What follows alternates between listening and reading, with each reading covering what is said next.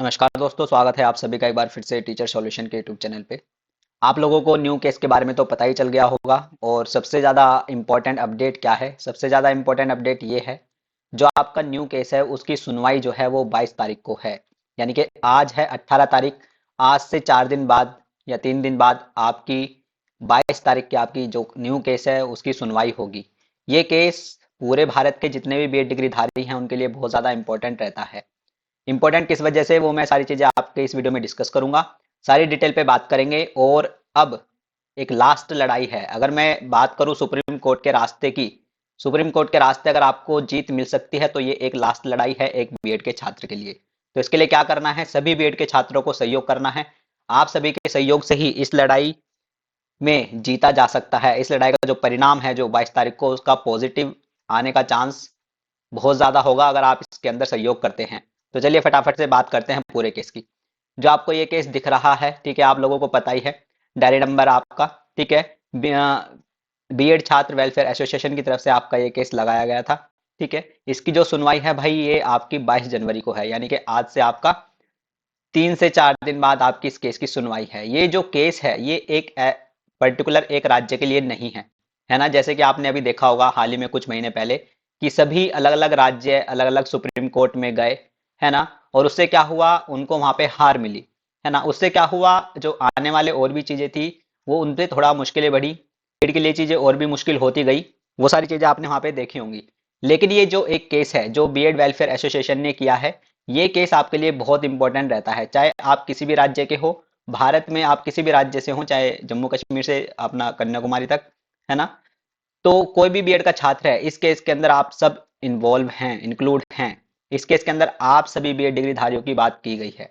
ठीक है, वो छात्र जो 11 अगस्त 2023 यानी कि जब आपका जजमेंट आया था, अगर आपने 11 अगस्त 2023 से पहले पहले अपना बीएड के अंदर एडमिशन करवा लिया था तो आपकी इसके अंदर बात की गई है बहुत ही अच्छे तरीके से। वो छात्र जिसका सब्जेक्ट कॉम्बिनेशन नहीं बन रहा है, उसकी भी विद प्रूफ डाटा इसके अंदर बात की गई है। वो छात्र जो अपॉइंटेड टीचर हैं, उसकी भी इसके अंदर बात की गई है। ठीक है, वो छात्र जिसने लोन लेके बीएड किया था, उसकी भी इसके अंदर बात की गई है। यानी कि हर एक कैटेगरी के बीएड के बच्चे इसके बात की गई है। मृतक आश्रित वाले भी जो बीएड के छात्र हैं, है ना, तो उनकी भी इस केस के अंदर बात की गई है। तो बहुत ज्यादा इंपॉर्टेंट आपका ये केस रहता है। ये एक पर्टिकुलर राज्य के लिए नहीं है, ऑल ओवर इंडिया बीएड के जितने भी छात्र हैं उन सभी के लिए ये आपका केस है, और जिसकी सुनवाई जो है 22 जनवरी को है। लेकिन दिक्कत वाली बात क्या है, दिक्कत वाली बात सबसे ज्यादा ये है कि जो आपका सबसे महत्वपूर्ण केस रहता है उसकी सुनवाई सिर्फ 22 तारीख को है, जो 3-4 दिन बाद ही है। लेकिन दिक्कत वाली बात यह है, जो बीएड का छात्र है वो अभी तक सोया हुआ है। ठीक है, उसको नहीं पता कि चीजें क्या चल रही हैं। ये सबसे बड़ी दिक्कत की बात है। अगर ये केस भी बीएड वाले हार जाते हैं तो इस चीज का ध्यान रखेगा, इसके बाद आपका कोई भी केस सुप्रीम कोर्ट में नहीं लगेगा। इसके बाद फिर आपका सुप्रीम कोर्ट का रास्ता बंद हो जाएगा। अगर ये वाला केस भी आप हार जाते हो किसी वजह से, तो आपका केस कभी भी सुप्रीम कोर्ट में नहीं सुना जाएगा बीएड का एज अ पीआरटी में शामिल होने के लिए। तो ये केस आपका सबसे ज्यादा जरूरी रहता है। अब सबसे बड़ी बात है भाई सहयोग करने की। तो जितने भी बीएड के साथी हैं सभी को आपको सहयोग करना चाहिए, क्योंकि ये कहीं ना कहीं आपकी लास्ट लड़ाई होगी। क्यूआर कोड आपको दिख रहा है, इसका आप स्क्रीनशॉट ले लेंगे। ये जो आपको यूपीआई आईडी के सामने ये जो नंबर दिख रहा है 73 वाला, ठीक है, इस नंबर पे आपको सहयोग राशि भेजनी है। दिक्कतें क्या हैं, दिक्कतें दो दिक्कतें हैं। एक दिक्कत तो ये है, जो बीएड का छात्र है वो बिल्कुल सो रहा है ना। वो चाहता है कि बस मैं कुछ भी ना करूं और पीआरटी के अंदर शामिल हो जाऊं। बीएड के छात्र की सबसे बड़ी प्रॉब्लम क्या है, सबसे बड़ी प्रॉब्लम उसकी यही है, वो शामिल तो होना चाहता है प्राइमरी के अंदर, लेकिन वो कुछ सहयोग नहीं करना चाहता। ठीक है, एक तो दिक्कत यही है ना। वो एक्टिव तो है, उसको पता है चीजें चल क्या रही हैं, है ना, लेकिन वो सहयोग नहीं करना चाहता। चाहता है कि बस टीम ही कर दे सब कुछ और अदर लोग कर दे, बस मैं शामिल हो जाऊं। दूसरी चीज क्या है, कुछ बीएड के छात्र ऐसे हैं जो सोए हुए हैं, उनको यही नहीं पता, वो भी शामिल होना चाहता है लेकिन उसको ये नहीं पता कि चल क्या रहा है। ठीक है ना, तो वो सारी चीजें हैं। लेकिन बीटीसी, अब अंतर क्या है, बीटीसी वाला क्या कर रहा है, बीटीसी वाला शामिल होने के बाद भी, बीटीसी वाला पीआरटी के अंदर शामिल होने के बाद भी अभी भी अपनी उसी ताकत के साथ लड़ रहा है। ठीक है ना। आप जब भी देखो सुप्रीम कोर्ट में जब भी हियरिंग होती है तो बीटीसी वाला अपने वही सीनियर वकील के साथ, मीनाक्षी अरोड़ा और कपिल सिब्बल के साथ पहुंचता है। वही सहयोग करके, अपनी टीम का सहयोग करके वो अपने सीनियर वकील के साथ हर बार पहुंचता है। है ना। और यही जो डिफरेंस है, ये डिफरेंस पैदा करती है कि बीएड अभी तक नहीं जीता। तो वही सारी चीजें हैं। अब हमारी जो आपका इतना इंपॉर्टेंट केस लगा है, जो बीएड वेलफेयर एसोसिएशन है जिन्होंने अपनी ड्राफ्टिंग, इस केस की जो ड्राफ्टिंग है भाई, वो बहुत ज्यादा इंपॉर्टेंट है। क्योंकि सबसे बड़ी बात क्या है, सबसे बड़ी बात ये है कि ये जो केस है ये आपका जजमेंट को चैलेंज करने के लिए नहीं लगाया जा रहा है, ठीक है। जजमेंट को चैलेंज करने के लिए ये केस नहीं है। ये बीएड के छात्रों को, जो बीएड के छात्रों की कोई गलती नहीं है, बीएड के छात्रों को रिलीफ दिलाने के लिए ये केस लगाया गया है। यानी कि कम से कम आपको आगामी 1 से 2 वैकेंसी का रिलीफ मिल जाए। अगर मैं यूपी के सुपर टेट की बात करूं तो उसका कम से कम एक अटेम्प्ट तो आपको देने को मिल जाए।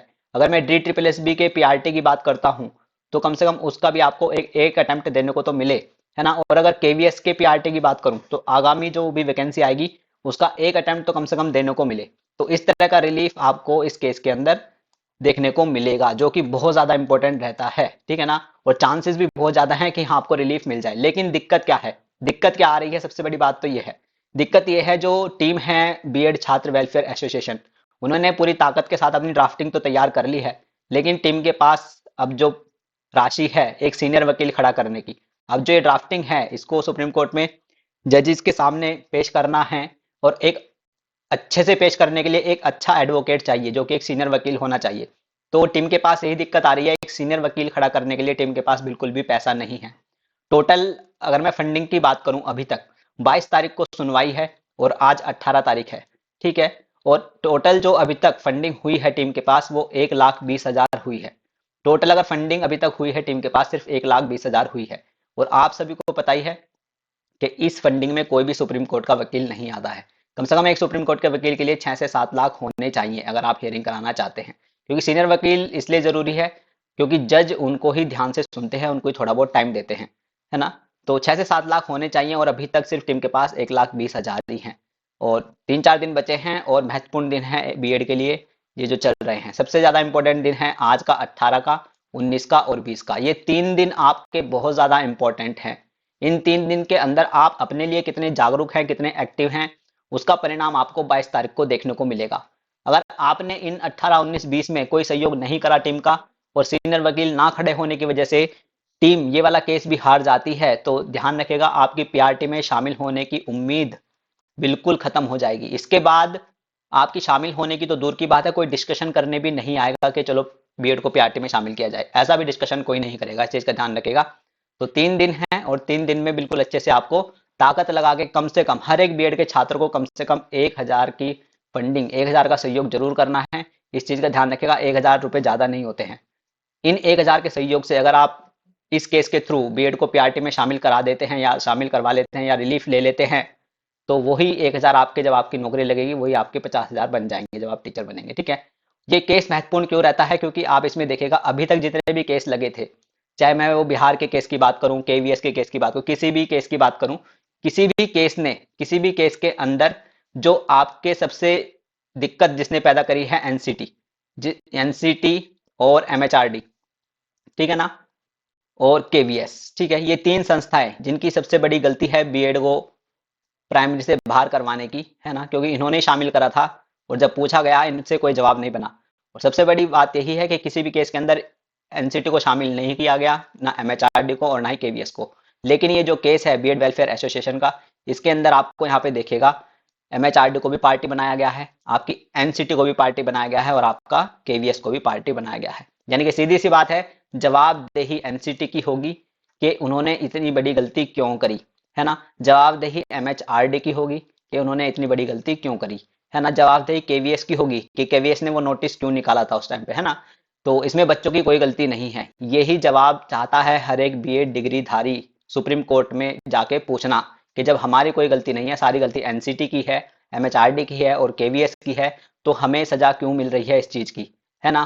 तो और ये वही केस है जो आप चाहते थे लगाना कि एनसीटी के ऊपर केस ठोका जाए, ये वही केस है, ठीक है ना। सबसे बड़ा इंपॉर्टेंट केस है ये, ठीक है ना। तो इसमें सहयोग करना चाहिए हर एक बीएड डिग्री धारी को। और 100% रिलीफ, अगर आपकी बातें जो भी इस केस की ड्राफ्टिंग में मेंशन है अगर वो जज साहब 10 मिनट भी सुन लेते हैं तो ध्यान रखेगा 100% आपको रिलीफ मिलने के चांस बहुत ज्यादा बन जाएंगे। कम से कम एक अटेम्प्ट का तो रिलीफ आपको जज साहब बिल्कुल दे देंगे, एक अटेम्प्ट का रिलीफ आपको जज साहब बिल्कुल दे देंगे कि हाँ चलो बच्चे शामिल होने की बात नहीं कर रहे हैं और ना ही जजमेंट को गलत कह रहे हैं, रिलीफ मांग रहे हैं सिर्फ एक अटेम्प्ट का, तो एक अटेम्प्ट के रिलीफ 100% आपको जज साहब दे देंगे। लेकिन कब? अगर आप एक सीनियर वकील करते हैं, जज साहब उसी सीनियर वकील को सुनेंगे जो एक अच्छा होगा, ठीक है ना। और अच्छे सीनियर वकील के लिए पैसा होना बहुत जरूरी है। आपकी जिंदगी के 3 दिन हैं, 18, 19, 20। अगर आप इसमें एक्टिव हो गए, आपने अपने फ्रेंड को भी बता दिया कि प्लीज फंडिंग करिएगा, ठीक है, तो जरूर जरूर आप लोग शामिल हो जाएंगे, ठीक है ना। ये सारी चीजें मैं कह रहा हूँ। और जितने भी आपके फ्रेंड हैं बीएड वाले, आप लोगों को पता है, देखिएगा एक चीज का ध्यान रखिएगा, अगर ये केस भी आप हार जाते हैं तो आपके पास सिर्फ टीजीटी का ऑप्शन रह जाएगा। इस केस के अंदर बहुत सारी, ये तो मैंने बहुत कम चीजें आप लोगों को बताई हैं, और भी चीजें इसके अंदर मेंशन हैं। जब वहां पे सुनवाई होगी और जज साहब हमें सुनने का टाइम अगर दे दिया ना जज साहब ने 10 मिनट के अंदर, तो इतनी सारी चीजें वहां पे रखी जाएंगी जो मैं आपको नहीं बता सकता। बहुत ही अच्छे, इससे भी ज्यादा चीजें वहां पे इस ड्राफ्टिंग के अंदर है, ठीक है ना। और सबसे बड़ी बात यही है, जितने भी आपके दोस्त हैं, ठीक है, सभी को आपको कहना है जो भी पीआरटी के अंदर शामिल होना चाहते हैं, क्योंकि देखो आपको भी पता है इस केस के बाद, जितने भी स्टूडेंट हैं इस केस के बाद, आप लोगों को सभी को पता है कि जो पीआरटी की जो वैकेंसीज है, ठीक है ना, जो पीआरटी की वैकेंसीज हैं वो कम से कम 70,000 प्लस आती हैं, है ना। और वहीं टीजीटी की जो वैकेंसी है, कम से कम पर सब्जेक्ट 10-10, 20-20, 50-50 वैकेंसीज आती हैं, है ना। तो वही देखो कितना बड़ा अंतर है। अगर आप पीआरटी के अंदर शामिल होना चाहते हो तो ये केस आपके लिए बहुत ज्यादा इंपॉर्टेंट है। अगर आप 70,000 वैकेंसी के अंदर भाग लेना चाहते हो, पार्टिसिपेट करना चाहते हो, आप चाहते हो कि आने वाली जो पीआरटी की जो वैकेंसी है उसके अंदर आप फॉर्म भर पाओ, है ना, तो ये केस आपके लिए बहुत ज्यादा इंपॉर्टेंट है। वरना इसके बाद फिर आपको टीजीटी की ही तैयारी करनी पड़ेगी, ठीक है ना। अगर आप ये केस हार जाते हो तो आपको फिर टीजीटी की तैयारी करनी पड़ेगी, आपके पास कोई ऑप्शन नहीं रहेगा। कुछ बच्चे अगर ये सोचते हैं कि मैं अपने 1,000 रुपए बचा के कुछ ना करूं, सिर्फ पीआरटी में शामिल हो जाऊं, है ना, और इस मानसिकता की वजह से अगर केस हार जाते हैं, सीनियर वकील नहीं खड़ा कर पाते हैं, तो ये 1,000 रुपए फिर आपके किस काम के लिए आएंगे? कुछ भी नहीं। फिर आप इनसे बस टीजीटी की किताब ही खरीदना, है ना।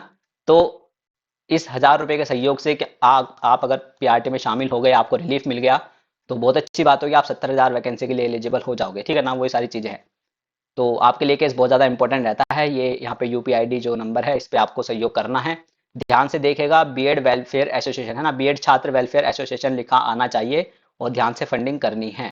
मिनिमम सभी को 1,000 की फंडिंग जरूर करनी है, ठीक है ना। और टाइम बहुत कम है, और सहयोग आपको बहुत ताकत से करना है। जितने भी आपके फ्रेंड हैं, आपके जितने भी कॉलेज के फ्रेंड हैं, और जो आपके कॉलेज के ग्रुप होंगे, व्हाट्सएप ग्रुप भी बने होंगे, तो उनको भी फटाफट से शेयर करिएगा, क्योंकि टाइम बहुत कम है और केस बहुत ज़्यादा इंपॉर्टेंट है। एक चीज़ का ध्यान रखिएगा, 10 मिनट भी अगर जज साहब ने हमारी ड्राफ्टिंग को सुन लिया तो चीज़ें आपको वहाँ पे पलटती हुई नजर आएंगी, ठीक है ना। लेकिन उसके लिए चाहिए एक सीनियर एडवोकेट, बस यही एक दिक्कत है। सीनियर एडवोकेट अगर हमारा हो जाता है 22 तारीख के लिए, तो 100% हम आपको रिलीफ दिला देंगे, अगर जज साहब ने हमें 10 मिनट के लिए सुन भी लिया तो बस मैं इतना ही रखूंगा।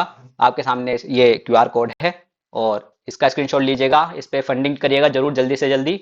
और मिनिमम सबको 1,000 रुपए ही करना है, ताकि जल्दी से एक बड़ा अमाउंट अच्छा खड़ा हो जाए, और एक हम अच्छा सीनियर वकील कर पाए। ज्यादा अमाउंट हो जाता है तो हम 2 सीनियर भी कर सकते हैं, ठीक है। तो इतना रखते हैं, बाकी अपना ध्यान रखेगा। नमस्ते, टाटा, थैंक यू, धन्यवाद।